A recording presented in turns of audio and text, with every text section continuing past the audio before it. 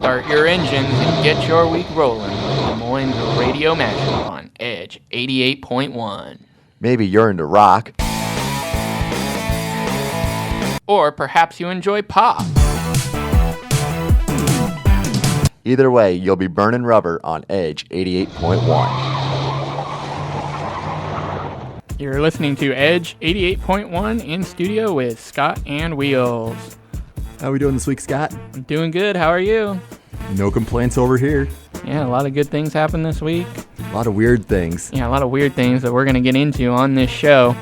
So you guys definitely want to stay tuned. Coming up, we'll have our This Week in History segment. For right now, we'll send you back to the music. You're listening to Edge 88.1. You're listening to the Edge 88.1 with Scott and Wheels. And it's time for This Day in History. Wheels, what do we got this week? Every Rose Has Its Thorn was released today in 1988. In 1988, Bret Michaels went to a laundromat and wrote this timeless classic. It was in response to a failed love affair to Tracy Lewis.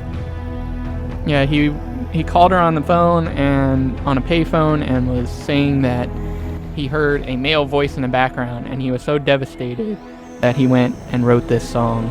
Yeah, and it said the metaphors in this song, the rose was his career taking off. Right. So we're going to play that song for you right now. We are. So here we go with Every Rose Has Its Thorn. You're listening to Edge 88.1 with Scott and Wheels. And it's time for our weird news story of the week. And we're actually going to have quite a few of them. We're going to have quite a few of them over the course of the program.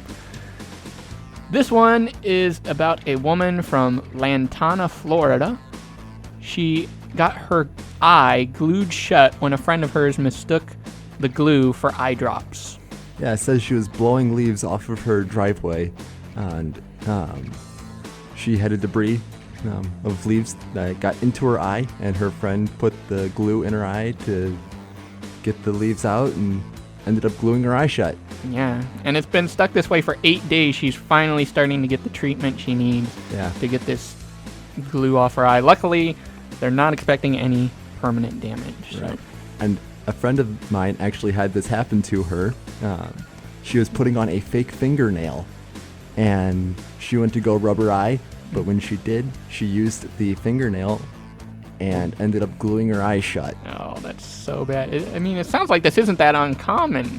No. It even says so in the article. This guy's seen it multiple times. Yeah, it's not uncommon at all. That's crazy. All right, well, speaking of leaves, we got another good weird news story. If you need to purchase some leaves, that's coming up. You're listening to Edge 88.1. You're listening to Edge 88.1 with Scott and Wheels. Are you finding yourself low on leaves this fall, Scott? No, I'm not really low. I have plenty of trees around to get leaves off of. Same here, but apparently 200 people are low on leaves this fall. Yes, because there is a man selling leaves from Massachusetts for $19.99.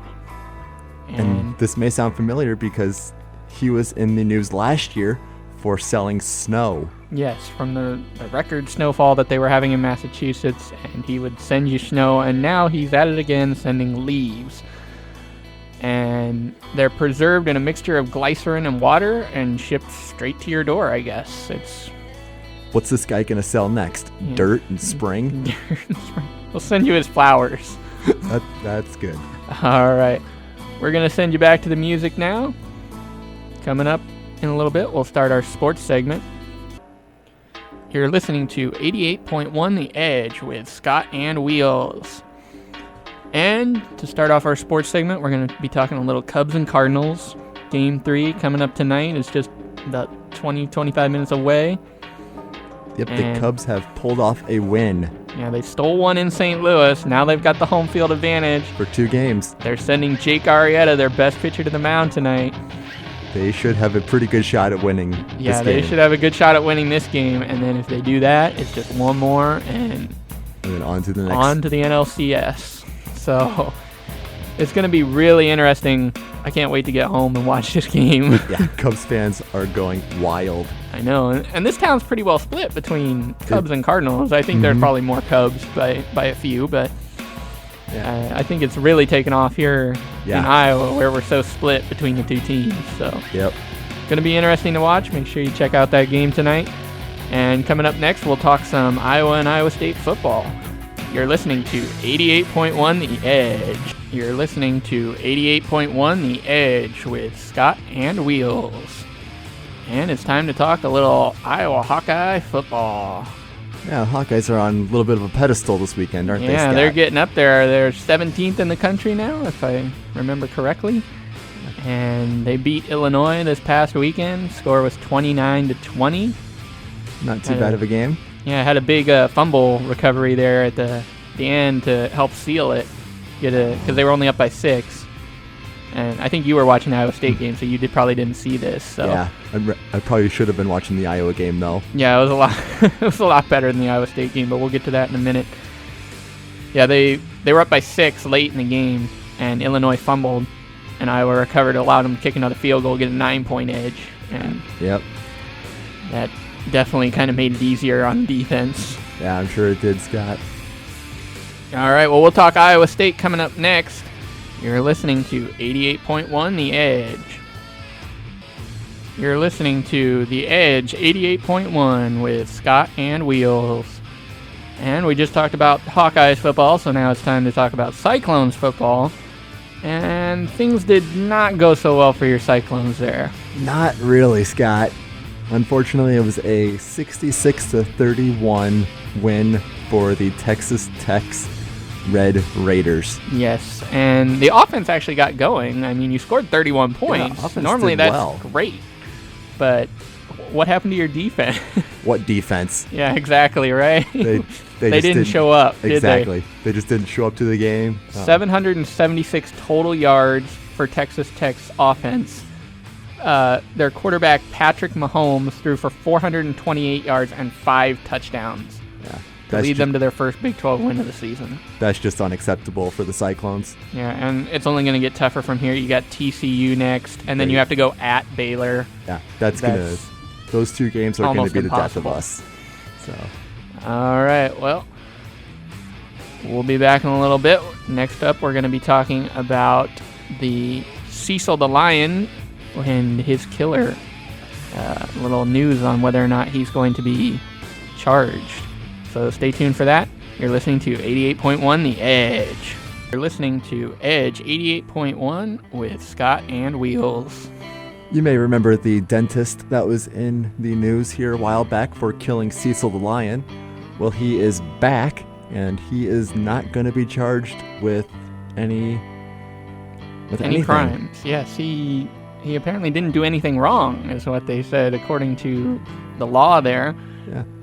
He wasn't in where he killed the lion was not in the reserve, or whatever it is that they call it.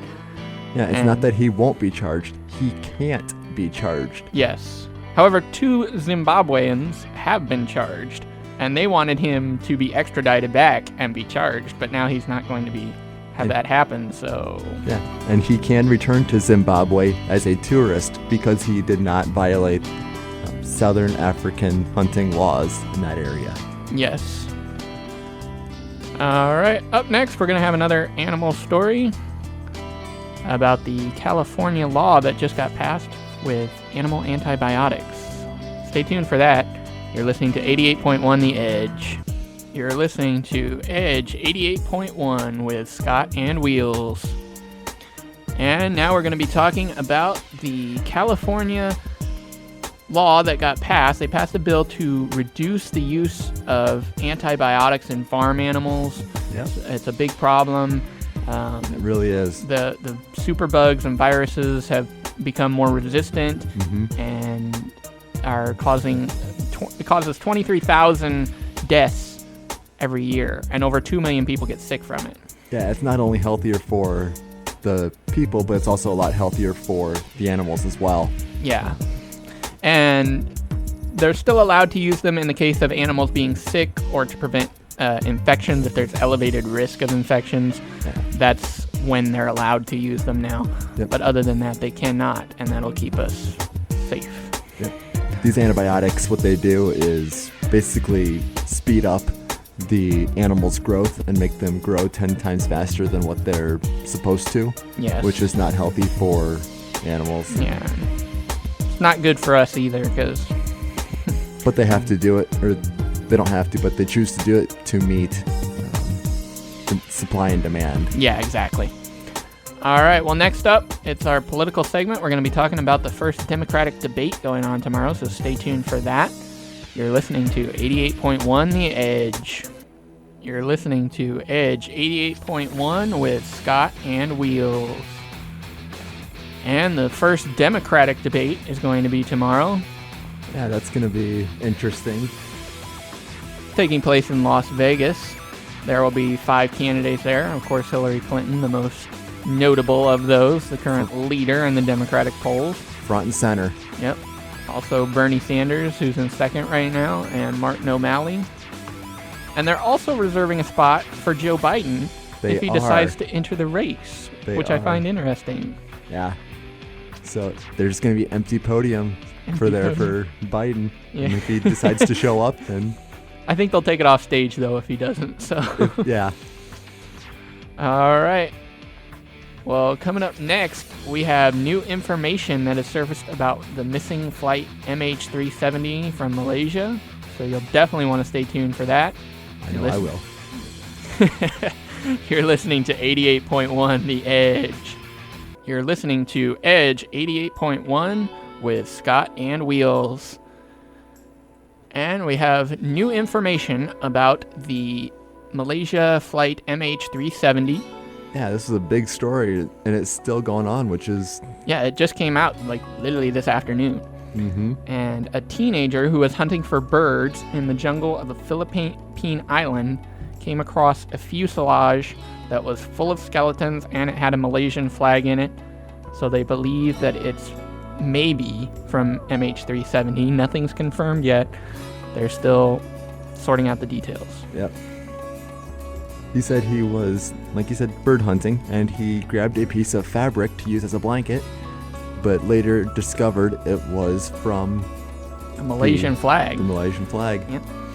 And so now the Department of Civil Aviation is looking into it. They're going to do some research, and we're going to find out if this is really it. And if it is, this could answer a lot of clues, because if the fuselage is there, maybe the black boxes are there, and then they're going to... If they can get those black boxes, we'll know a lot more. Yeah, we will. This will answer a lot of questions. A lot of mysteries will be answered. This could be the final, or the big finale we've been waiting for. Yep. Well, we'll be right back with the last segment of the day. You're listening to 88.1 The Edge. You're listening to Edge 88.1 with Scott and Wheels. And Wheels, to close out the show, I hear you have a special shout out. I do have one. This one goes out to my mother, Kirsten Tressel. She celebrated a birthday on Saturday. So that is a big happy birthday to her. Yes, and a happy birthday from me as well. And that's going to wrap it up for this show. Wheels, another good week. Another great one. Yep. We hope everybody will join us again next week for more of the Monday Mashup. Until then, have a great week. Here at Sports Clips Haircuts, we know how to give guys the best style while letting you enjoy the game on TV and our sports-themed stores. Our Guy Smart stylists will make sure your MVP experience will make you look sharp and feel good too. Sports Clips stylists are trained in the most current precision styles available. Our massaging shampoo and our legendary hot steam towel will make sure your MVP haircut experience is a home run. We're open 7 days a week, so game days are no issue. Come check us out. Sport Clips. It's good to be a guy. You're listening to Edge 88.1 in the studio with Wheels. Now, if you remember when President-elect Donald Trump was running for the election, his big thing, or one of his big things, was his knowledge of ISIS. He claimed he knew, or he knows more about ISIS than a lot of the generals. But the funny thing is, he's electing what are now 2 generals to his cabinet. he just elected General John Kelly, a border hawk, and yet another general to the cabinet as his Secretary of Department of Homeland Security. I don't know what to think about this. Like, I don't know if it's to really show his knowledge off to the generals or what, but we'll just have to see how this plays out and how he tends to do this. Coming up next, we have Better Christmas on Edge 88.1. That was Better by Megan Trainor, and you're listening to Des Moines Radio Mashup, Edge 88.1 with me, Fox. And me, Wheels. And we're going to be having a great show we're going to have a great show for you here tonight. Isn't that right, Wheels? Yes, we are. Lots of stuff to talk about. And one of them is, considering that it's the 75th anniversary of Pearl Harbor, but we're going to be getting into that later. We're going to be getting into that later after Victory Lap by All That Remains here on Des Moines Radio Mashup, Edge 88.1. You're listening to Edge 88.1 in the studio with Fox and Wheels. How's it going? Not bad this week. Now, if you remember, today is December 7th, 2016, which is a somber day for us Americans. Considering that it was the day that Pearl Harbor was attacked in 1941. Officially bringing us into World War II, at least us Americans. Yep. They attacked us personally. Yeah. And what makes this year especially memorable is it's the 75th year remembrance of Pearl Harbor. 75 years. I mean, that is incredible. You wouldn't really think about stuff like that, but... No. And isn't it a special day for you as well, Wheels? It is. Today was the day that my brother was brought home or adopted. Oh, well now that's nice. Isn't that great? Yeah, so it's kind of a bittersweet moment for my family. Well, speaking of bittersweet, just as they said goodbye to their fallen troops, we are saying hello to Goodbye by Slipknot, coming up next here on Des Moines Radio Mashup, Edge 88.1. That was Merry Christmas, Baby by Bruce Springsteen, and you're listening to Edge 88.1 with Fox and Wheels. It's getting to that time of year where Christmas is coming around, ain't that right, Wheels? Yeah, that's about right. And speaking of Christmas, I hear a lot of people are going to be going out and getting a lot of special gifts, including one that's very popular, VR headsets. Yeah, I haven't had any experience with one myself. Me neither. But I've seen a lot of people have them, and they are very, very cool. I want one. Chances of it happening, though? Yeah, not very. I mean, my brother has a PS4, yeah. So I could get him a VR headset, but that costs a ton of money, and I'm not trying to be cheap or anything, but I'd rather have something under $100. I mean, give him $100, yeah. We are college kids. We don't have that kind of money just to spend. No. Although then again, I did get a part-time job, but that's neither here. That's beside the here nor there. Speaking of thinking of dollars and Change by Christina Aguilera is coming up next here on Des Moines Radio Mashup, Edge 88.1. Do you know somebody that has a life-threatening disease or condition? Well, make their holiday wish come true. Support Jolly Holiday Lights, now located at 3300 Adventureland Drive in Altoona, Iowa. A big light display put on by Make-A-Wish to help support these kids. Again, that is 3300 Adventureland Drive. To learn more, go to iowa.wish.org. That was Love is Blind by Lapsley, and you're listening to Des Moines Radio Mashup, Edge 88.1 with me, Fox, and I've got to say robots can be racist. Now, the reason I say this is because an Asian man was denied his passport because when this photo he sent in online, the robot or the computer that was looking it over rejected it because it said it will not accept any with their eyes closed. With their eyes closed. Now, I'm not sure, but that obviously screamed racism. I mean, Martin Luther King fought for equality among all races. Now, robots are just pushing us back another 20 years. Thank you much, AI. But I'd rather not worry about that. I'd rather worry about what's coming up next, and it's Dancing with Kinzomba by Alex Viels here on Des Moines Radio Mashup, Edge 88.1. You're listening to Edge 88.1 with Wheels in the studio. Now, everywhere you go, you see somebody with a cigarette up to their mouth. But how many people really know what's in tobacco smoke? Not very many. What most people think is that the filters used in a cigarette diminish the number of harmful chemicals in the smoke. Well, this is not true. A study showed that the filters actually make the particles smaller, which increase the addiction. So by having those filters, it's not only making it not harmful, but it's making it more addictive to those already smoking. Well, that's going to wrap up for this time. Stay right here on Edge 88.1 in the studio. This is Andrew Tressel with KDPS News, and today we are going to get two viewpoints of the election controversy over gun control. With the election just a few days away, gun control is one of the major issues that divides the candidates. A little later, I'll talk with the Grandview University English professor about the controversy over policy regarding guns on campus. But first, I'll talk with Ernie, a criminal justice major. And each candidate has their own platform they are going for. With Trump, it's the immigration, building the wall, and wanting to deport immigrants. With Hillary, her main thing is gun control. It is our Second Amendment. We do have the right to carry, and she wants to change that. Mm-hmm.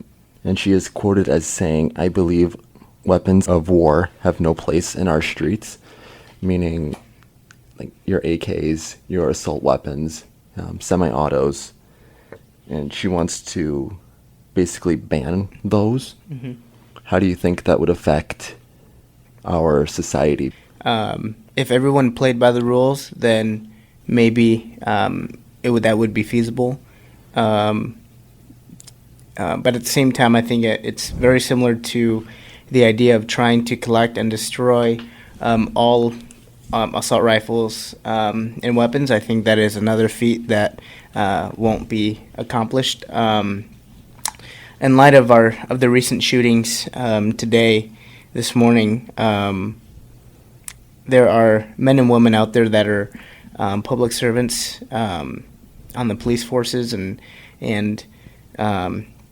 even fire departments and paramedics and all sorts of people that they're there to protect the public, and they can only do so much in terms of responding to people.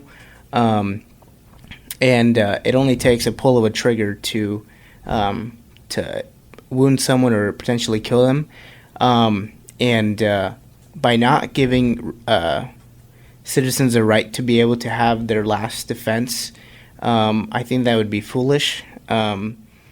And if you were to look back in history of all of the mass shootings that have ever happened, they have all happened in gun-free zones except for one. And that one was stopped because of a law-abiding citizen that was carrying. Mm-hmm. So if Hillary does succeed in changing the Second Amendment, all areas will be, foresee as gun-free zones. So we're potentially going to be seeing a lot more mass shootings that are not going to be able to be stopped. Yeah, we're just tying our hands around our backs, leaving it to the mercy of first responders to come and save us instead of being able to take action into our own hands and being able to diffuse situations. And now some people might ask, well, what about the shootings that have happened in military bases? What people don't know is those are actually gun-free zones. Mm-hmm. Gun-free zones are the most dangerous spots to be in because you can be trained and know how to use a weapon, but if you don't have it, if you're not allowed to have it, then again, you're just left to the mercy of the person with the weapon. And like I said, anyone can get a weapon and be able to walk into any place and create harm. therefore, it's important for someone to be there and have a weapon, and at the military bases and other areas where there's gun-free areas, or the areas where they're definitely putting themselves at a very vulnerable position. Yeah. It's better to have it and not need it than need it and not have it. Exactly. Yeah. So, a college campus can leave students most vulnerable if they don't have a way to defend themselves. Grandview's policy of no guns on campus seems to go against Second Amendment rights. And to talk about the campus policy, I have with me English Professor Paul Brooke. So do you yourself have your CCW, your concealed weapons? I do not. You know, as long as someone's using that appropriately and it's not as a way to intimidate people, fine. But once again, we just got to make sure that, you know, I know someone was standing outside the DNC the other day with a you know, they had their concealed weapon.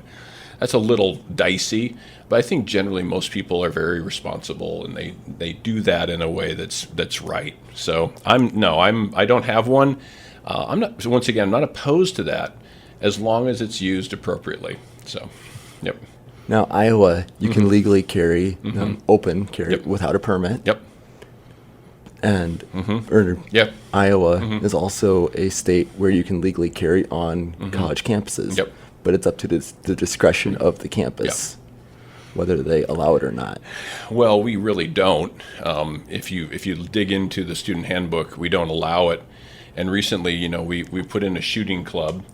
And so, you know, you've got this dicey moment where, you know, I think what we're going to do is all the guns are off campus. Students won't be bringing them into their dorm rooms.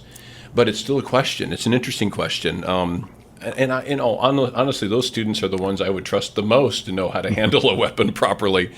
But it's about, I think right now, about perception, and it's about some fear. And that's probably why people are raising the question. I know other places have had, some kind of shooting, not a club, but actually a sport. And so there's some great fear, will students have these on campus? I think, frankly, it's overblown. But you can see why it would be a controversy. Yeah. Now, with Grandview being a no-weapons campus, what do you think would happen if we were to allow guns to be carried? Do you think that would affect? I think I think it might change the dynamic of the classroom a little bit. You can usually tell when someone's carrying a handgun. I mean, I can, generally speaking. It's you can sometimes conceal them pretty easily, but if it's a decent-sized handgun, you probably know.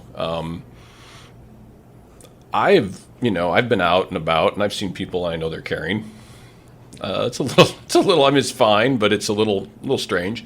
I think it would be more frightening, or a little strange or stranger to have it in the classroom. I think it changes the dynamic of safety in the classroom. That's just for me, though. Yeah. And with that said, who do you think should be allowed to carry? Should students be allowed to carry? Just professors. I'm kidding. Or would it be? I'm just kidding. No, I mean, if the law were to go into effect, it would be anyone who is deemed worthy of carrying. So, students, professors, administrators. Oh my! So, if I'm not mistaken, there's a college campus in Texas where they do allow it, but only professors and faculty are allowed to carry. Yeah, I also find that to be very odd, but. And it's such an exception, and it's Texas.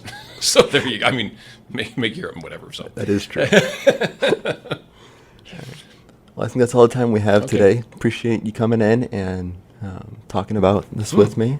No, thanks. I mean, it's certainly a huge topic right now, and something that we won't solve today, but certainly the ongoing conversation will be pretty strong. So appreciate you having me in. Again, this is Wheels with Professor Brooke. Thanks. The election on Tuesday will definitely impact future discussions on gun control, and I thank my guests Paul Brooke and Ernie for sharing their views. For KDPS News, I'm Andrew Tressel. This is The Edge 88.1. You're in the studio with Scott and Wheels. Wheels, how's it going this week? Another great week. Yep. I'm looking forward to doing this. Yeah, got a lot more weird news stories for you this week. Starting off with a little bit of a privacy issue here. Yeah, Google Street View is taking it to a whole new level. Yes. They apparently censored the face of a cow. And instead of, because they normally censor humans on their Street View mode, but they censored a cow this time. Why? Well, I guess PETA's going to be happy because they're giving animals the same... That's a good point. Yeah. I mean, you bring up a good point there. I didn't think about that. But still, they admit that their automatic face blurring technology got a little overzealous and carried away and went ahead blurring the face of this cow. And then other people think it's funny because there are other cows nearby without their faces censored, and it's unfair to those cows. It's a good way to start this week off with, well, how far will privacy be going? Yeah, exactly. What's too far?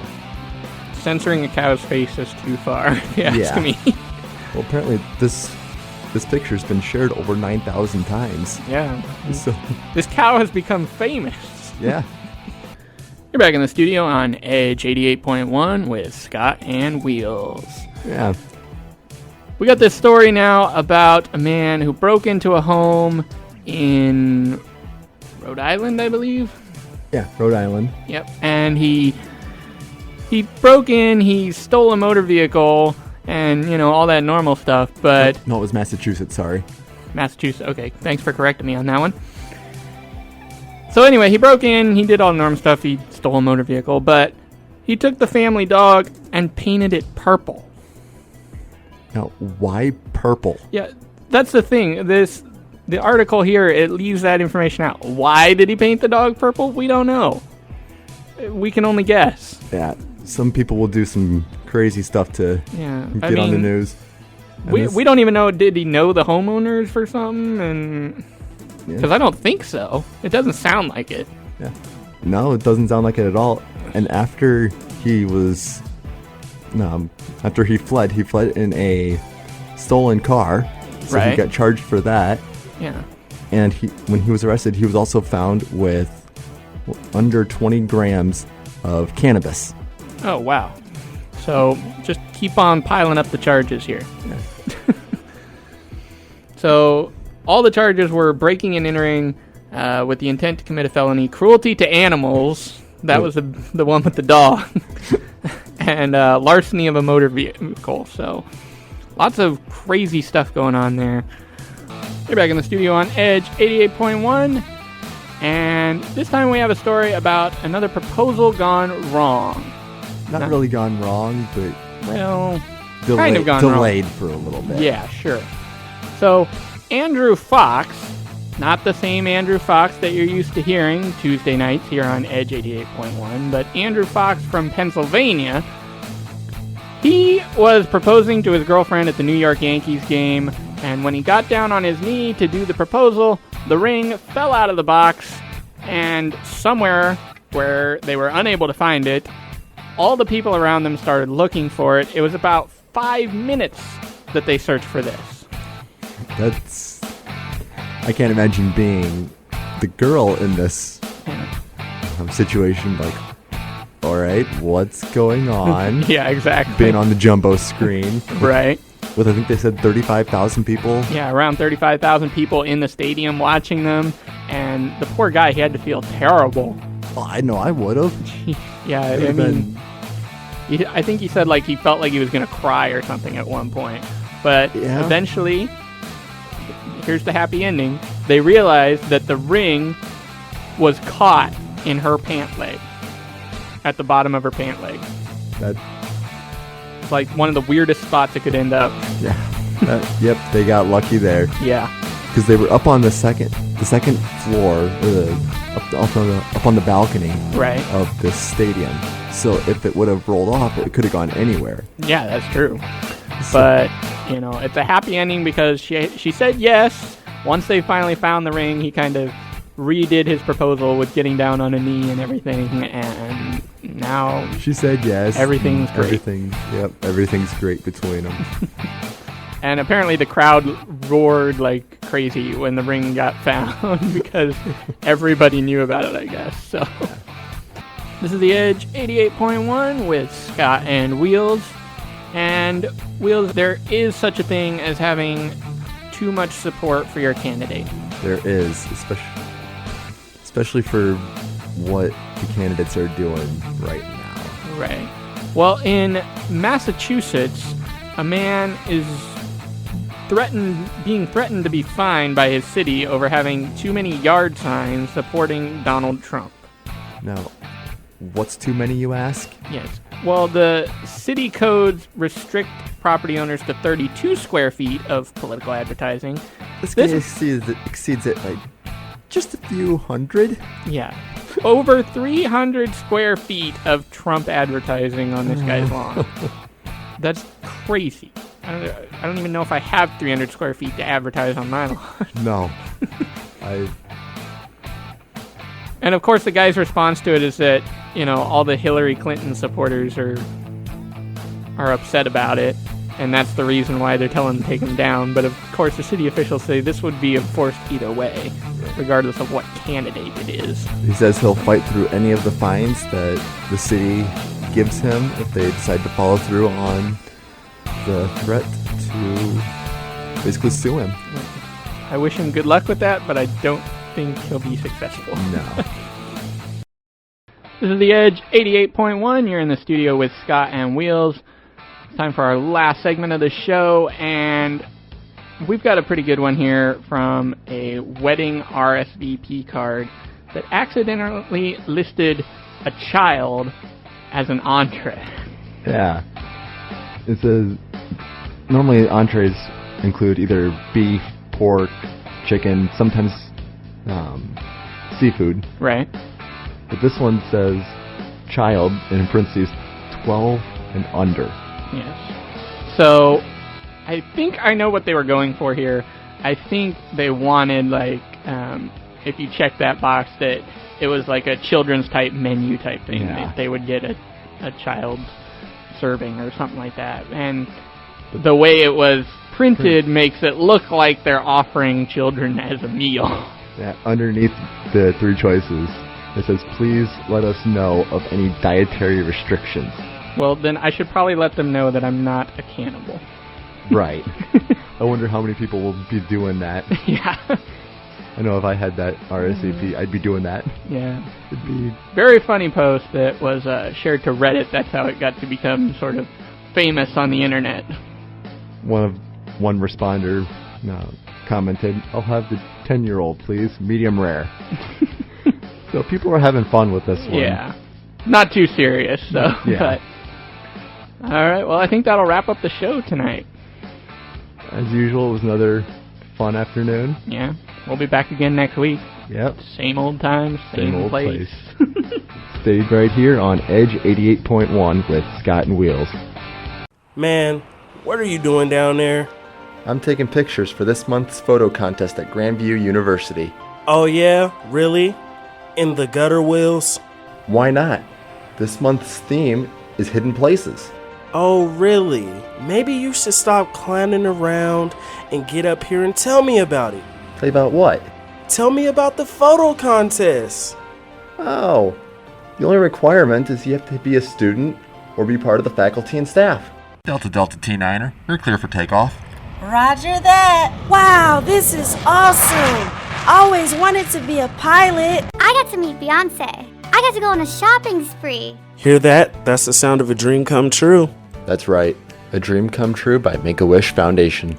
Make-A-Wish Foundation has granted over 180,000 wishes for children nationally. While the Iowa chapter of Make-A-Wish grants a wish every other day. Make-A-Wish Foundation, where dreams come true.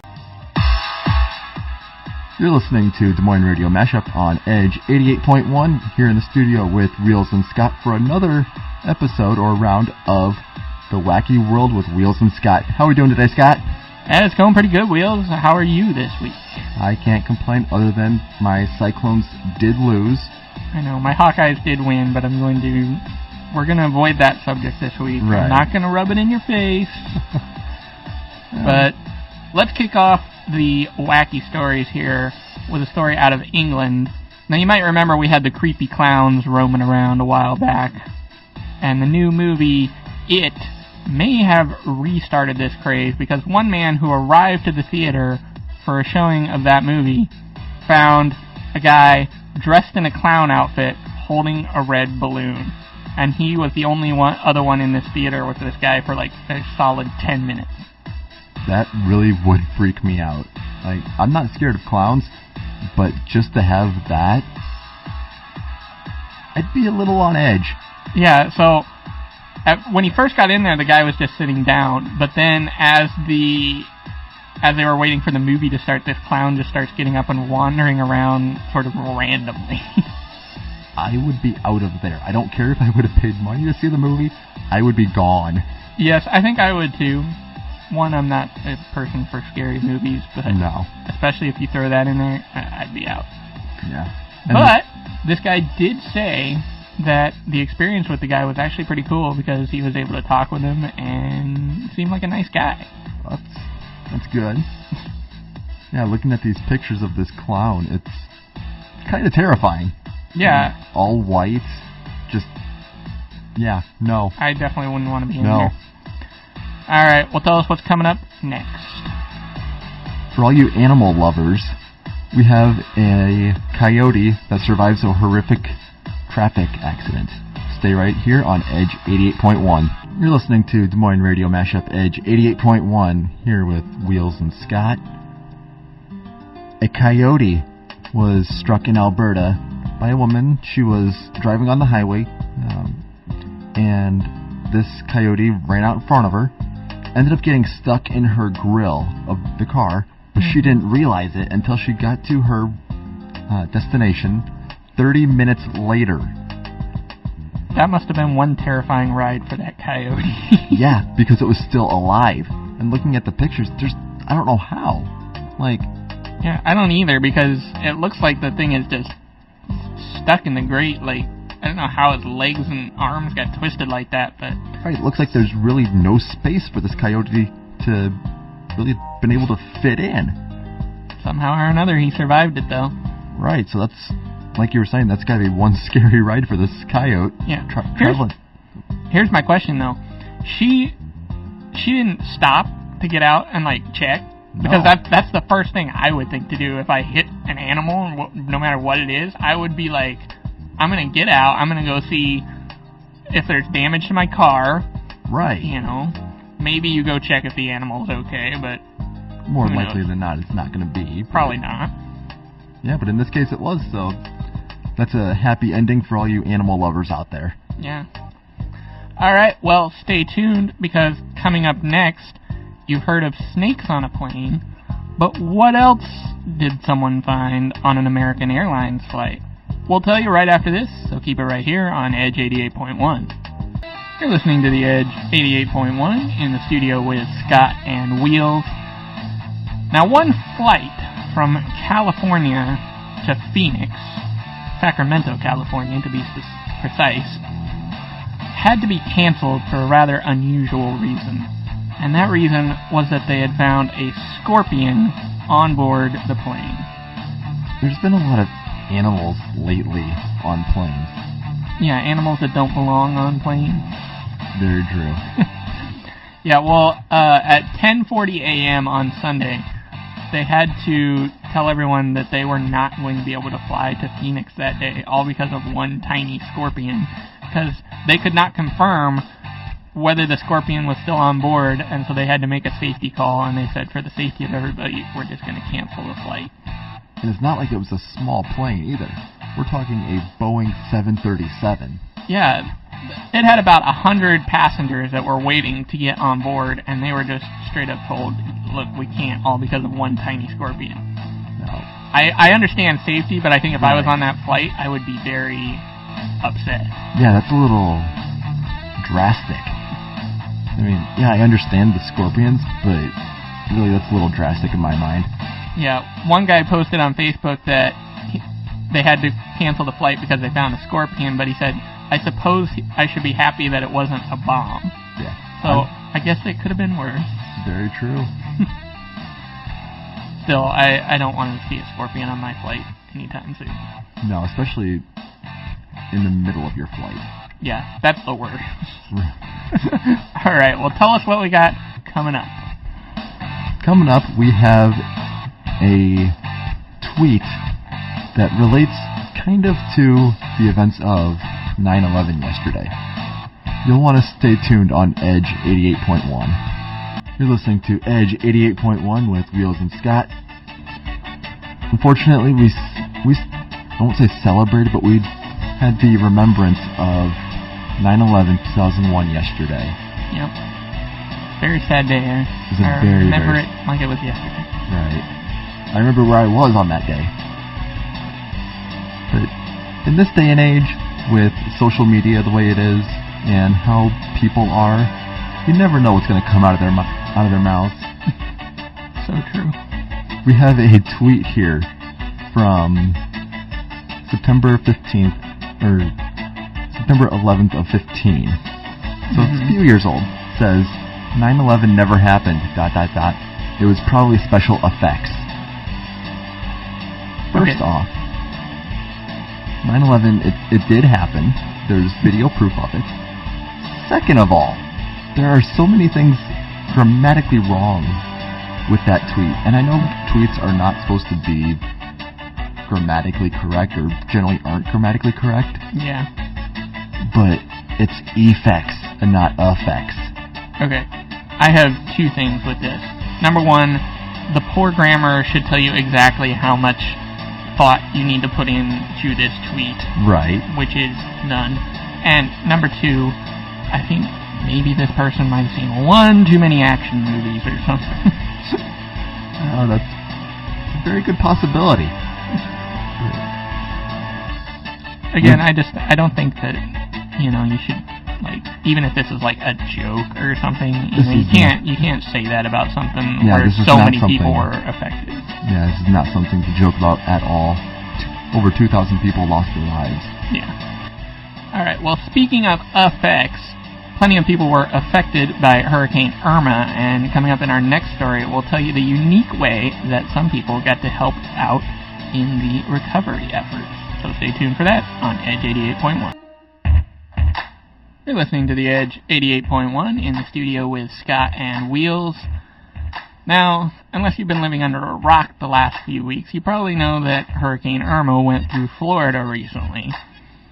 Now, the relief efforts and the cleanup efforts have been, there's been a lot of stuff going on down there. Pretty extensive. Yeah. But a couple people in Sarasota Bay, Florida, got an unusual chance to help out when they got to rescue a pair of manatees that were stuck in the mud on the beaches there in Florida because of the low tides. Now, who doesn't love manatees? I know, they're awesome. They are. Yeah, so they said one wasn't moving and the other was breathing but had water in its eyes. And so they called every service they could think of and no one would answer. So they were trying to find somebody that could help them out. And I guess eventually they got someone that was able and willing to help. And it was actually the Manatee County Sheriff's Office. So yeah, this is just a feel-good story. Like, through all of this destruction and chaos, help out any way you can. Yeah, exactly. And when are you ever going to get to be that up close and personal with a couple of manatees? Right. That's a once-in-a-lifetime experience. Yeah, I would definitely do that. Right, I would too. All right. Well, coming up next, we have a garage sale that could have ended pretty deadly. Stay tuned on Edge 88.1 to see what I'm talking about. You're listening to Des Moines Radio Mashup, Edge 88.1. Now, Michigan, normally it's a pretty quiet state. We don't normally hear much about it in the news. Bomb squads were called to a little town in Michigan to a garage sale. Apparently, somebody had bought a grenade, and they were just messing around with it, pulled the pin, and when the handle flung backward, they put the pin back in. Turns out this thing was live. Yeah, that seems crazy that you could get something like that at a garage sale, and I think every time you see a grenade from here on forward, I would be like double checking that thing, because it's crazy. I'm going to be skeptical of every grenade that I see from here on out. I mean, it's crazy because they said it's an MK2 hand grenade used from World War II to Vietnam. Right, so you wouldn't have thought that it would still be functional. Yeah. Unfortunately, this one wasn't after further inspection. Right, they actually had to do x-rays on it and everything just to make sure it was okay, but... I would have been scared for my life if I were that guy. Yeah, imagine when you pull that pin out and it happens. Yeah.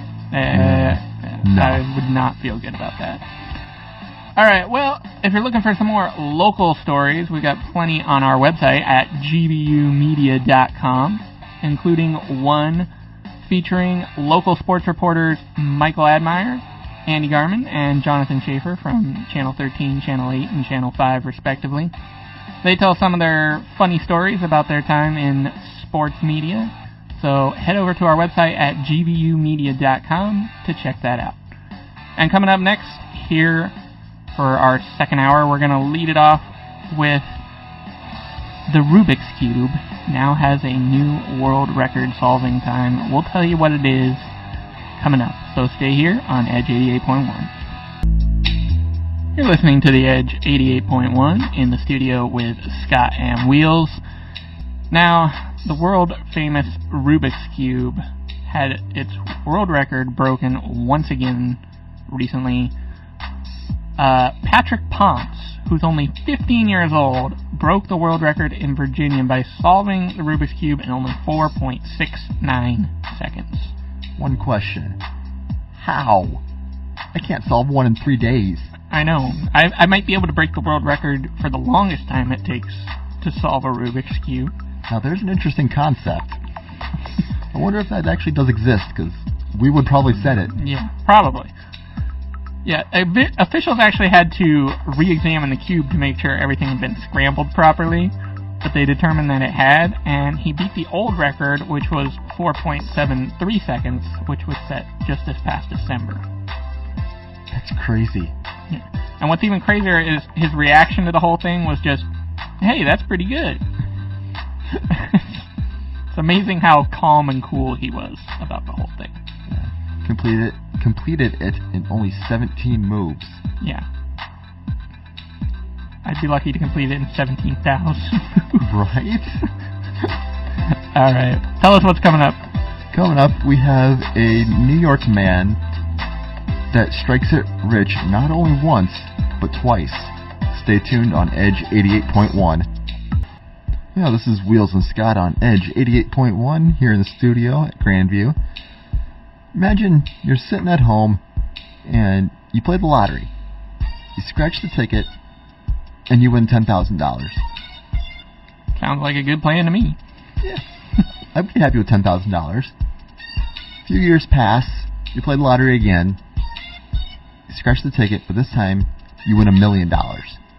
Sounds like a better plan to me. Right. This actually happened to a man in New York by the name of Jose Corchado. He's 58. He ended up winning the $10,000, and then 3 years later winning $1 million. So I need to meet this guy and find out his secrets. Right. Yeah, that's for a person to win the lottery even once. That's not very common to win that much money, but to win it twice in less than 5 years. Yeah. I want to know his secret. Some astronomical odds there. Right. He said he couldn't even believe that he won. Yeah, he matched all the numbers in the Mega Millions game except for the Mega Ball. So one more number, he would have won the jackpot. Yeah. That just seems crazy to think about. Yeah. And at least he's playing it smart with his money. He says he's putting it towards retirement. That's a good idea because a lot of people, they let that sort of money go to their heads and they spend it on stuff they don't need. Yeah, it burns a hole in their pocket and they're like, I have to spend it. Have to spend it. So, and this guy's playing it smart. He's putting it in the bank and saving it up. Yep. So, hopefully he spends it wisely when he needs it. Yep. What do we got coming up? Well, coming up next, we have the unusual reason that the roof and doors of a car got blown off that you'll want to hear about. So stay tuned to Edge 88.1. You're listening to the Edge 88.1 in the studio with Scott and Wheels for some more wacky news. Now recently, one driver in England had an unfortunate situation with their car when they combined an aerosol air freshener can and a lit cigarette. I'm no rocket scientist, but that just doesn't equal up. Yeah, those two things shouldn't be mixed, but they were. An explosion occurred, and the doors and roof of the car got blown right off. Yeah, why would you have those two even combined? Like, it doesn't take a rocket scientist, like I said, to figure out that aerosol cans do explode if they are caught on fire. Yeah, apparently no one told this woman this, and luckily several bystanders were right there, rushed in to help as quickly as they could. They did call the paramedics. They came in and took her to the hospital just as a precaution, but apparently she only suffered minor injuries, so... Which is unbelievable. Yeah, she got incredibly lucky with this. Yeah. Well, coming up, we're going to stay on the same topic of cars, and a man was fined for driving off with something on the roof or on the hood of his car. Stay tuned on Edge 88.1. Welcome back to Edge 88.1 in the studio with Wheels and Scott. On the 7th, a man from China, or in China, videotaped a car driving, but what was on his hood? Supposedly his wife. His wife was on the hood of the car? His wife was on the hood of the car. Now, the guy's explanation to why his wife was on the hood of his car was that they were having an argument, and his wife had gotten in front of the car to stop him from driving off, but he called her bluff and drove off with her on the hood. That's crazy. And also, shouldn't she's just sitting there in this photo like she doesn't have a care in the world, and it's like all of safety has been thrown out the window with her. Yeah. Just to win a stupid argument? Apparently. I mean... To me, that doesn't make a lot of sense. Not at all. And the man was only fined and given a 2-point penalty on his license, according to the police. Yeah, well, I mean, it's only partially his fault, I feel like. I feel like they both have to take responsibility for this, really. True. And she wasn't hurt. True. So that helps a lot. Yeah. Alright, well, stay tuned. Coming up next, some golfers in Washington wanted to get in their round of golf at all costs. Stay tuned to hear about that. Coming up on Edge 88.1. You're listening to the Edge 88.1 in the studio with Scott and Wheels. Now, if you're a golfer, you might be able to relate to this next story a little bit, because if you are dedicated to getting your rounds of golf in, you will know right where these guys are coming from. In Washington, a group of golfers went through and finished their round even though a wildfire was raging in the background behind them. Now, I've heard of a water hazard on a golf course, but a fire hazard? Now this is bringing it to a whole new level. Yeah, that's a lot more dangerous, and I wouldn't go chase my golf ball into a fire hazard. No. Oh, went to a water hazard? No problem. Fire hazard? Nope. Yeah, well, anyway, the golf course posted a photo of these guys playing with this fire that looks like it's probably about, less than half a mile anyway away from them. Right. And they're just like, our golfers are committed to finishing this round. Yeah. Part of me wonders, though, isn't it kind of on the golf course to, say, hey, guys, maybe you should stop and, sort of shut down so that everyone's safety is involved? Doesn't that look a little greedy that maybe they're staying open with a wildfire that close? Right. Definitely did not think of that. Yeah, something that just came to mind, but... Yeah. Well, you want to go over and check out our website, gvumedia.com.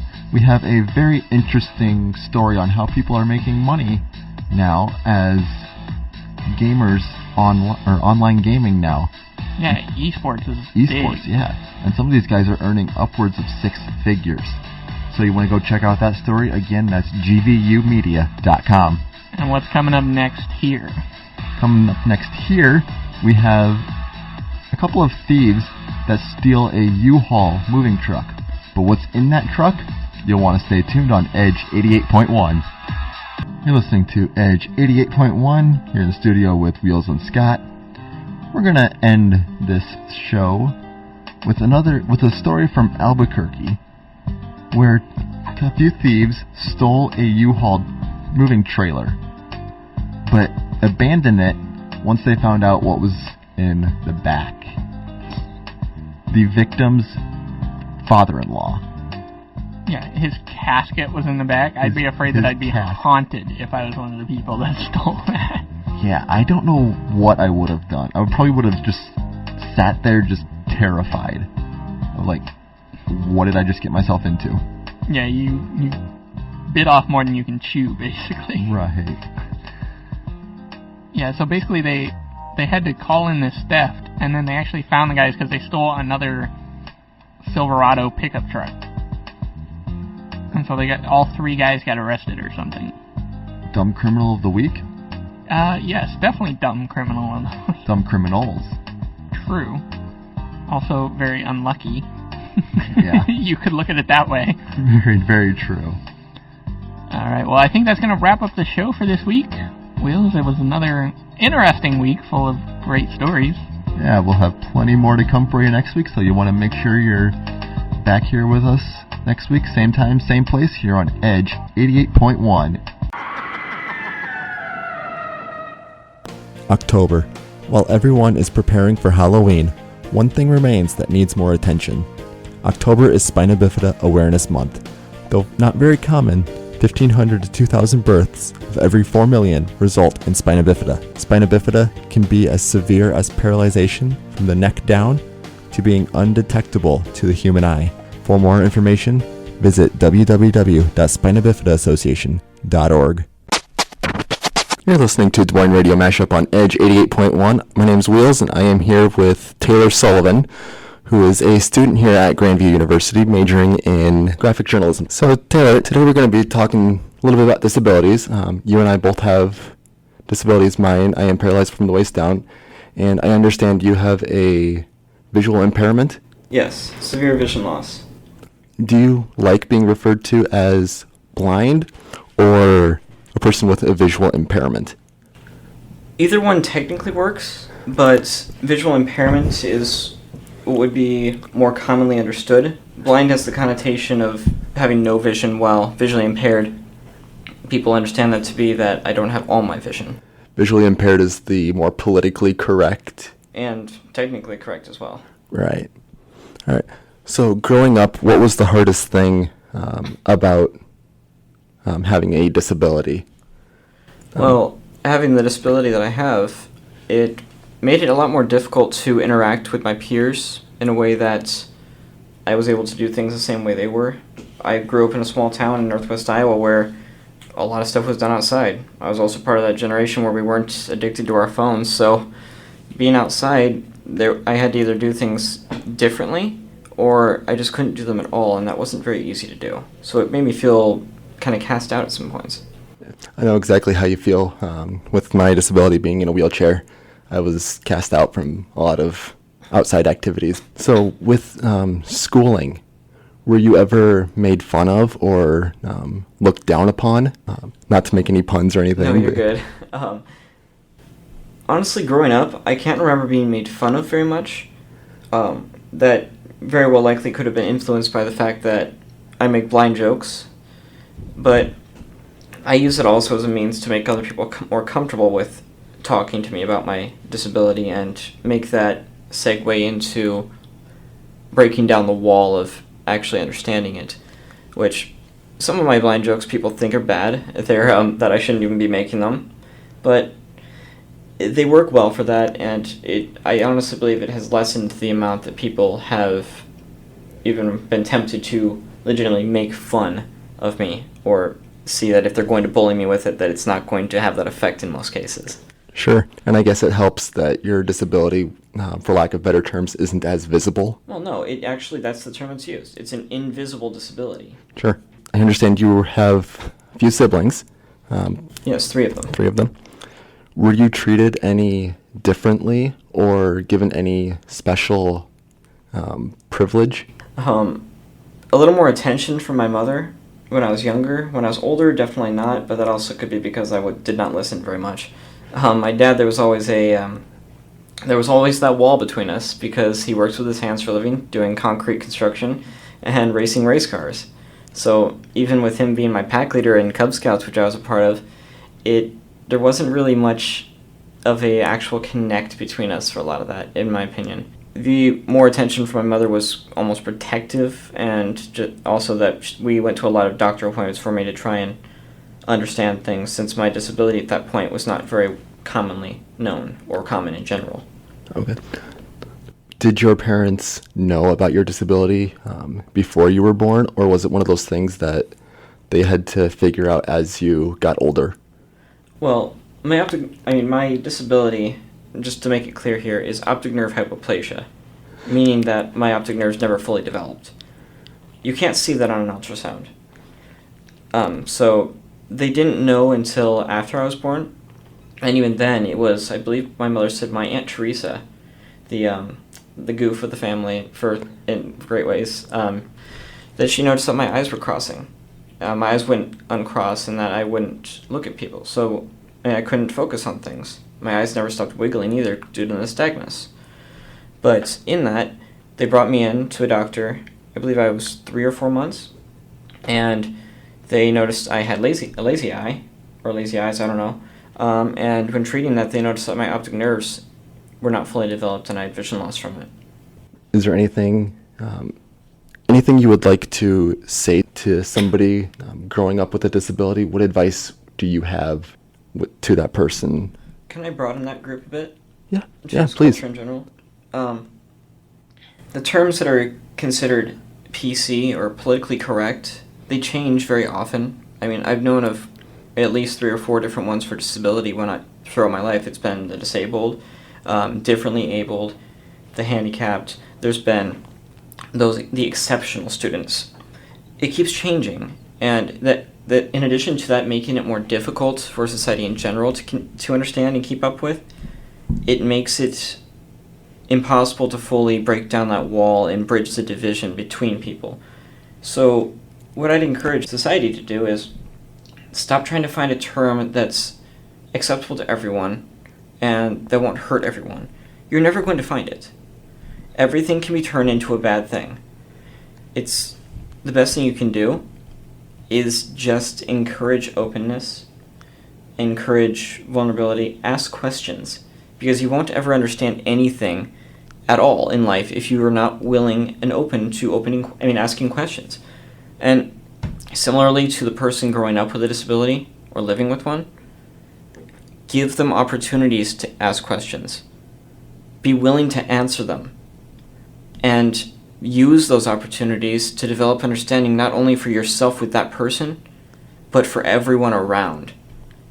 Be open, be vulnerable, and be considerate of those who are being bold enough to ask those. These are the only ways you'll find the common ground needed to reach the higher ground that society needs to behave in a manner that's considerate and compassionate. All right. Well, Taylor, that's all the time we're going to have right now. I appreciate you coming down and speaking to me. Again, this is Wheels on Edge 88.1 with Taylor Sullivan. You're listening to Des Moines Radio Mashup on Edge 88.1 with Wheels for another episode of The Wacky World with Wheels and Scott. It is officially Switch Week this week, so Scott will not be joining me. You want to tune in for his show next hour at 5. But let's jump in here with the dumb tweet of the day. This one comes from Molly. She says, I once texted my sister asking if she had seen my phone. Now, I'm sure we've all had those moments where we have those blonde moments. We just lose track of what we're doing, where we are, what we have in our hand. I know I've done it a few times, but yeah, it's... How dumb are you, really? You want to stay right here on Edge 88. Coming up next, we have another Twitter from KFC. You want to stay tuned for that one on Edge 88.1. You're listening to Des Moines Radio Mashup on Edge 88.1 in the studio this week with Wheels. It's finger licking good. Yes, everybody knows the slogan for KFC. But did you know they're only following 11 people on Twitter? Yes, that's right. Only 11 people. 5 Spice Girls and 6 guys named Herb. 11 herbs and spices. That's kind of ironic if you ask me, considering their chicken is made with 11 herbs and spices. Upon further investigation, yes, they actually are following 11 people, which is unbelievable for how big this company actually is. You want to stay tuned here on Edge 88. For all you bicyclists out there, we have a invention out here that might help you with bird attacks. Stay tuned on Edge 88.1. You're listening to Des Moines Radio Mashup, Edge 88.1 with Wheels.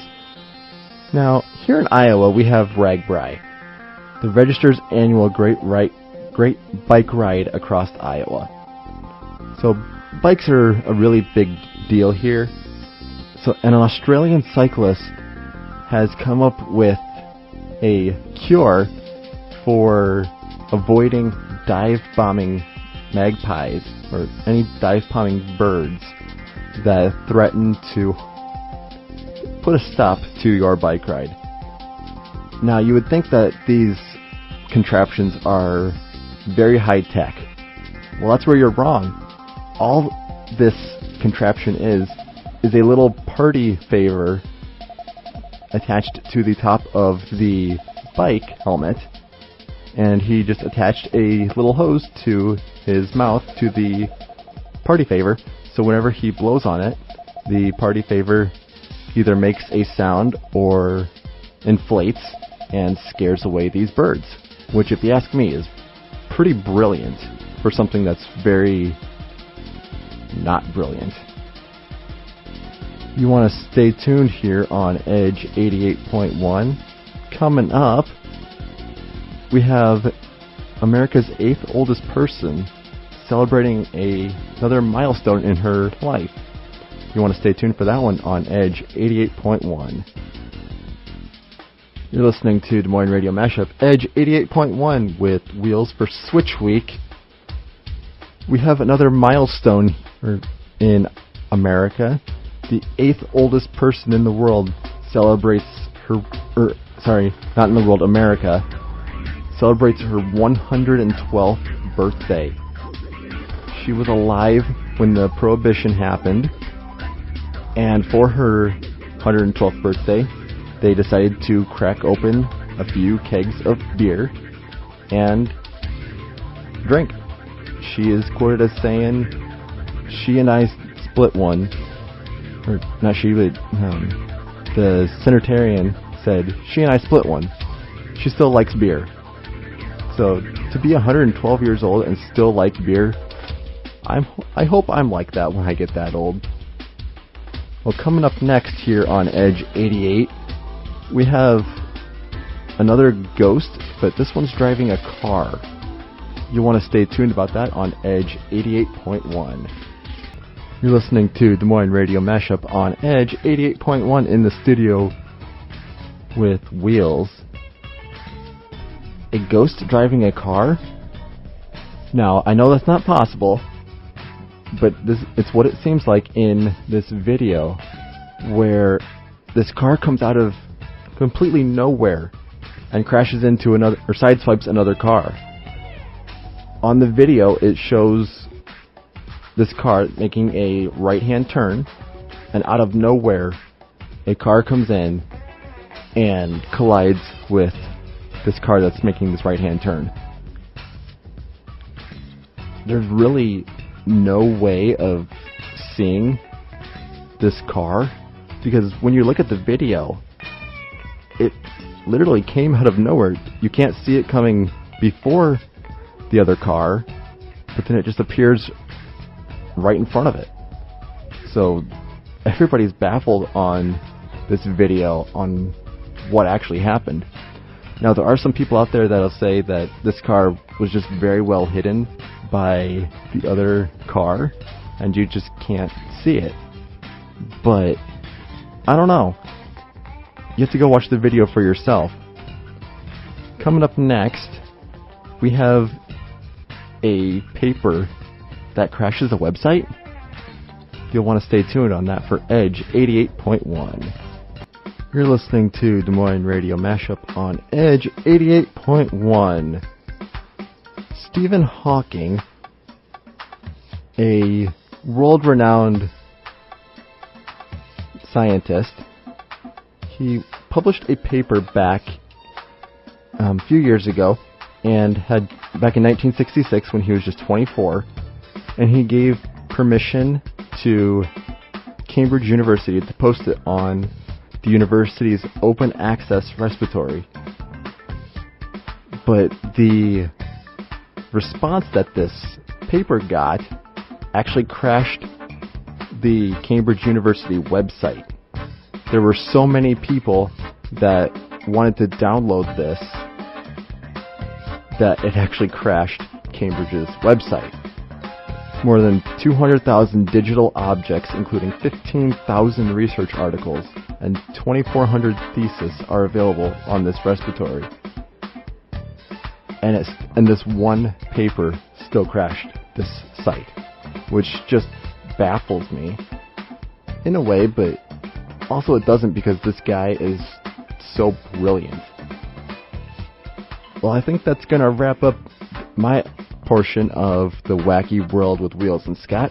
You want to stay tuned for Scott coming up next year on Edge 88.1. You're listening to the Edge 88.1, and it's time for another edition of the Wacky World with Wheels and Scott. Wheels, how are you doing today? I'm doing pretty good, Scott. It was a great week. How are you doing? I'm doing really good. It was a great week for me, too. Yep. Go ahead and kick it off with our first story. We're going to start this episode off like we do every week with a dumb tweet of the week. This one comes from a guy named Eric. He says, "Am I the only person who thinks Dwayne Johnson looks like The Rock?" No, I don't think he's the only person that thinks that Dwayne Johnson looks like The Rock. Yeah, I don't think he is either, but he obviously is not very familiar with the TV industry. Yeah. He obviously doesn't understand the concept of a nickname. Right. Like here, my real name's Andrew. I go by Wheels. Doesn't understand the concept of a nickname. Yeah, that's something I forgot to mention to you. You look a lot like this guy named Andrew that also goes to Andrew. I appreciate that. Yep. All right. What do we have coming up next? Well, up next, we have a man who claims to be a time traveler, and he has a warning for everyone. So you'll want to stay tuned for that here on Edge 88.1. You're back in the studio on Edge 88.1 with Wheels and Scott. In Wyoming, one man claims to be from the year 2048, and he says he has traveled back to the year 2017 to all warn us of an impending alien attack. Yeah, I don't think that's going to happen, considering the world was supposed to end about 2 weeks ago. Never did? Yeah. I don't see how it can happen. Now, this guy, Bryant Johnson, he was actually arrested for public intoxication, so there is alcohol involved, which probably leads to this not being true, but right. He does say that he wouldn't talk to the officers. He said he wanted to talk to the president of the city of Casper, Wyoming, where he was arrested, so I think he had a few screws loose from all the beer. I think so. Well, for some more local news, you want to go over to our website, gvumedia.com. There's an interesting story over there. Considering all of the hurricanes that have gone by, we have a story that goes back to Katrina and how one man escaped Katrina just in time. So to hear more about that, you want to go over to gvumedia.com. Coming up next here, though, we have Halloween costumes could give you head lice. You want to stay tuned for that one on Edge 88.1. You're listening to Des Moines Radio Mashup Edge 88.1 with Wheels and Scott. Halloween is just around the corner, so if you're trying to find the perfect costume for this Halloween season, we have a little warning for you. You might want to be careful trying on costumes, especially ones with masks, due to head lice. Yeah, that's something that most people probably don't even think about. You kind of forget about when you go into the store and you're like, oh, I want to try on this costume, and then you don't think about all the people before you that have tried that on. Yeah, when other people are done with it, they just put it right back on the shelf. They don't wash it or anything. So everybody's head that has been inside that mask, all of their germs are now inside that mask you just put on your head. See, that sounds so gross. I wouldn't even want to, touch it now that I would think about that. Yeah, that's why I just stay away from masks. Yeah, exactly. Or just, make sure it's in, a package or something. Right. If you're going to buy it, so that way you know that no one else has tried that on. Exactly. Well, sticking with the Halloween theme, coming up next, we'll talk about some ghosts that were caught on camera at a famous hotel in Colorado. So stay tuned to hear about that on Edge 88.1. You're listening to the Edge 88.1 in the studio with Wheels and Scott. Now, we were just talking about some Halloween costumes earlier, but some real ghosts got caught on camera at the famed Stanley Hotel in Colorado. Now, if you've never heard of this place, it's actually the basis for Stephen King's book, The Shining, and is supposedly haunted by ghosts. And one family was there taking a tour when they caught some photos of some ghostly apparitions on the stairs there. However, to me, it looks like these are just photoshopped images. They used a blur effect on the photos to me. Wheels, you're a photographer. What do you think on this? Yeah, being a photographer, I know how easy it is to doctor up a photo like this. Even a monkey can doctor up a photo. Not very well, but still make it somewhat believable. Yeah. So, for me, it's not as believable. Right. But a study was done by the FBI that says there's been no touching up done to this photo at all. Yeah, or at least that they don't think so. Yeah, and to me, that says that, they don't... I have to wonder how much they know, because to me, it looks obvious. Yeah. I don't know, this is a really tricky thing with pictures. I don't know. I personally don't believe in ghosts, but here it's somewhat believable. Yeah, I mean it's one of two things. It's either the most obviously doctored photo there is, or it's the most realistic ghost photo we have. That's about right. All right, well, tell us what's coming up next. Coming up, we have a car thief that leaves something very interesting on the steering wheel. You want to stay tuned on Edge 88.1. You're listening to Des Moines Radio Mashup Edge 88.1 in the studio with Wheels and Scott. Now we're going to go kind of a dumb criminal approach to this story. A car thief in Washington left a pair of Hulk hands on the steering wheel after being confronted by a witness. Yeah, the picture online is actually hilarious to look at because the hands are just still hanging there in midair. Yeah, he's gripping the steering wheel with the Hulk hands, and they're just there.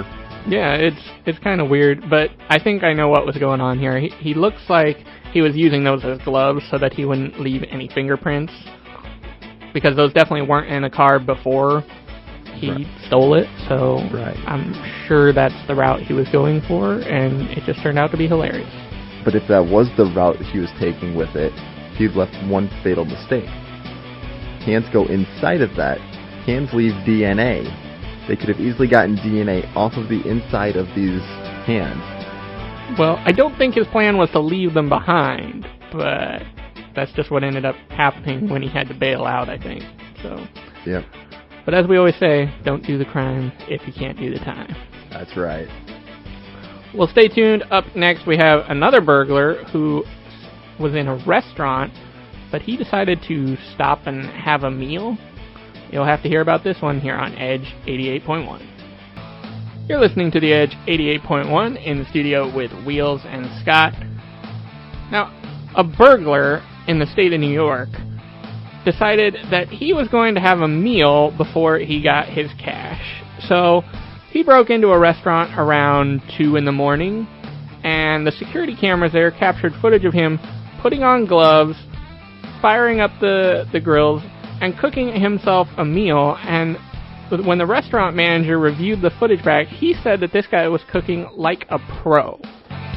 Yeah, I said he uses saran wrap to help cook, and he mixes the pan just like the top chefs you do. Yeah, they said he heated up beans, he sauteed chicken and shrimp. The guy said he had real skills, but then when it came time to leave, he took a hammer, smashed into the register, stole $100, but did leave a $1 tip in the tip jar. At least he was nice enough to leave a tip. Yeah, that's true. But was the tip for himself since he cooked for himself? Or? Now that's an interesting point. So if he was tipping himself, wouldn't he have just taken the money? You would think so, but I don't know. That's why they call them dumb criminals. Yep, sure is. Well, we're going to head down to Florida here. Welcome to the Key West. That sign is apparently stolen. You want to stay tuned on Edge 88.1. Key West, a very popular tourist destination, as we all know, just got hit by Hurricane Irma. But apparently the Welcome to Key West sign that everybody knows is stolen, or at least missing at this point. Yeah, it's crazy because on here it actually says that the sign itself is worth $8,000, and the Rotary Club there is pleading for whoever took it to bring it back, and I can see why if it costs so much money for just a simple sign. Yeah. The sign has been temporarily replaced with a hand-painted sign reading, "Welcome to Paradise." It's interesting, but still, I mean, gotta get that sign back, because, like, what good does it do someone else to have that sign? Right. I just don't get it, so hopefully they get it back soon. Stay tuned. Coming up next, a food bank in Wales receives an unusual item. Stay tuned for that here on Edge 88.1. You're listening to the Edge 88.1 in the studio with Wheels and Scott. Now, a food bank in Wales received a 46-year-old can of soup in one of their donations. It's crazy. 46 years. Yeah, 46 years old, and it actually has a sticker that lists the price in their old form of currency there. That's crazy. Yeah, it's actually a can of Heinz kidney soup, and they said that they've never had a donation that's that old. Yeah, they said they discontinued that product over 35 years ago, which means it's probably not safe to eat. I don't know, the can looks intact. Yeah, but I don't want to know what it looks like on the inside. That's what I'm more worried about. Very, very true. Yeah, hopefully no one else tries to donate anything like this. In fact, it was also donated with a can of Green Giant sweet corn that dates back to the 80s. And a can of Del Monte carrots. Yeah. So what the food bank is actually doing with this is they're trying to remind people to, before you donate anything, check the dates, make sure it's not expired. Right. Because otherwise it's not any good to them. Well, coming up next here, we have a tourist that documents something interesting. You'll want to find out what that is on Edge 88.1. You're listening to Des Moines Radio Mashup on Edge 88.1 with Wheels and Scott. It's a beautiful day in Australia. You take out your camera, take a picture of the beautiful beach the ocean. But what you don't realize is down at the very bottom there are two people. The man is proposing to his girlfriend. You know, that's such a cool photo to get, especially when you don't even realize that it's happening in the moment. Right. And he took this picture just out of the blue, just wasn't expecting anything of it. Saw these two people, saw this woman getting proposed to, used Facebook to track these people down. Yeah, I think that really shows the power of social media, like, that you can find people anywhere just by sharing a photo. Right. And ended up giving them this photo, which I would want that if I were. If you were the people proposing, you would definitely want that. So. Yeah. And it's a really good photo, too. You just barely see the people down at the bottom, though. Yeah. Which, that's good eyes on him for seeing this. Definitely, because easily could have been overlooked and you wouldn't even know it. So. Yeah. Well, if you're looking for more local stories, head over to our website at gvumedia.com.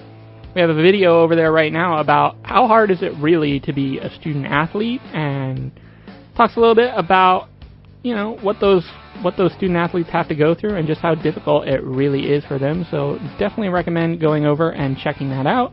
Again, that's at our website, gvumedia.com. Coming up next here, though, an intruder in a car factory caused it to shut down, but it's probably not the type of intruder you're thinking of. So stay tuned for that here on Edge 88.1. This is the Edge 88.1 in the studio with Wheels and Scott. Now, the largest auto manufacturing plant in India had to be shut down for a full 36 hours due to a leopard invading the property. Is that crazy? Yeah, not your typical intruder. Yeah, the animal was spotted at like 4 in the morning last Wednesday, and it was not falling for the bait that they were leaving out. They were leaving goats around and other meat to try and entice it, and this leopard just wasn't going for anything. They don't get that big by being dumb. Yeah, that's true. But eventually they did spot it on CCTV camera footage. They were able to kind of close in on that location and eventually were able to tranquilize it. And, you know, they're hoping to release it back into the wild after they check it out and make sure that it's okay. But 36 hours. That'd be a very scary 36 hours. Yeah, especially the largest company in India. I'm glad I don't work there. Let's just put it that way. Yeah, same here. All right, what do we got up next? Well, coming up, we have a Swiss man's flag mistaken for some banner. You'll want to stay tuned to hear what is what on Edge 88.1. You're listening to Des Moines Radio Mashup on Edge 88.1 with Wheels and Scott. Over in Switzerland, a resident said he received a concerning note from one of his neighbors who confused the Jack Daniels flag, which bears the colors black and white, or white on black logo, which is a Tennessee whiskey. Right. They said they mistook it for an Islamic State banner. I can actually understand how that might happen if you just take a glance at it and you don't really look at it, but whoever sent this note, you would think that they'd look twice and actually figure out what they were looking at before sending a note like that. Yeah. The note said, "Should we be afraid of you? Are you an IS sympathizer?" Which the IS is the abbreviation for Islamic State extremist group. Yeah. But you know what I find interesting is it says that this resident says he's actually considering taking legal action for damage to his reputation. Which, that seems a little bit extreme. Yeah, I think he's taking a little bit too far there. But still, the person who wrote the note should have shown better judgment as well. Yeah, they should have taken that double chance or double look. Yeah, exactly. And really figured out what was going on before. All right, well, coming up, we're going to wrap up the show with one final story. A worker installing some air conditioning found something very unusual in a room in a Florida home. Stay tuned to find out what it was here on Edge 88.1. You're listening to the Edge 88.1 in the studio with Wheels and Scott. And a worker switching out an air conditioning system at a Florida house posted a video that revealed a secret room that was hidden in the attic above the garage. And they believe that this room may have been used to hide a murderer at one point. That seems really creepy to me. Yeah, that really does. It almost sounds like almost the Underground Railroad were hiding something. Yeah, it definitely does. And now they say there's a very grim feeling about the place, and people that saw the wall, or saw the room and the fake wall that was used to hide it, said that it may have been used by D.D. Miller, who was convicted in 2012 of swindling and murdering a lottery winner. That might be pushing it a little bit, but... Maybe, but you never know. You never really do know. After finding like something like that, I don't know that I would want to be staying in that house for very much longer. I know I wouldn't. Yeah. All right, well, I think that's going to wrap up the show for this week. Wheels, it was another good round of stories this week. As usual, and I look forward to seeing you again next week.